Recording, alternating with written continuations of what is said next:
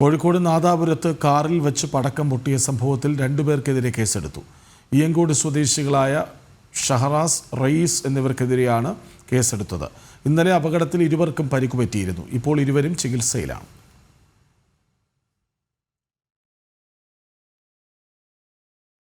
Kozhikode government beach general ആശുപത്രിയിലെ ലാബിന് പൂട്ടിട്ടുകൊണ്ട് സ്വകാര്യ മേഖലയെ സഹായിക്കാൻ ആശുപത്രി അധികൃതരുടെ നീക്കമെന്ന് പരാതി.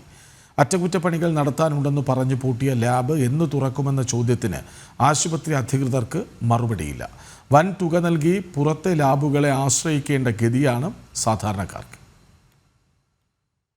പരാതികളുടെയും പരാധീനതകളുടെയും നടുവിലാണ് ഗവൺമെന്റ് ബീച്ച് ആശുപത്രി.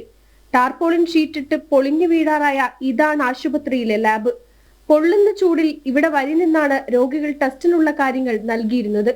അല്പം ചൂട് സഹിക്കേണ്ടി വന്നാലും കീശ കാലിയാകില്ലെന്ന ആശ്വാസമുണ്ടായിരുന്നു രോഗികൾക്ക്. എന്നാൽ ലാബ് അടച്ചുപൂട്ടിയതോടെ വൻതുക നൽകി സ്വകാര്യ ലാബുകളെ ആശ്രയിക്കേണ്ട ഗതികേടിലാണ് രോഗികൾ. BPL കാർഡ് ഉടമകൾക്ക് ആശുപത്രിയിലെ ലാബിൽ ടെസ്റ്റ് ചെയ്യുന്നതിന് പണം നൽകേണ്ടിയിരുന്നില്ല.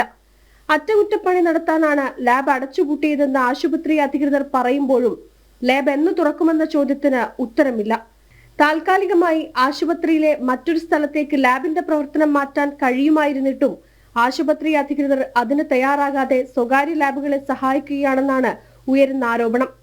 ജനം, കോഴിക്കോട്.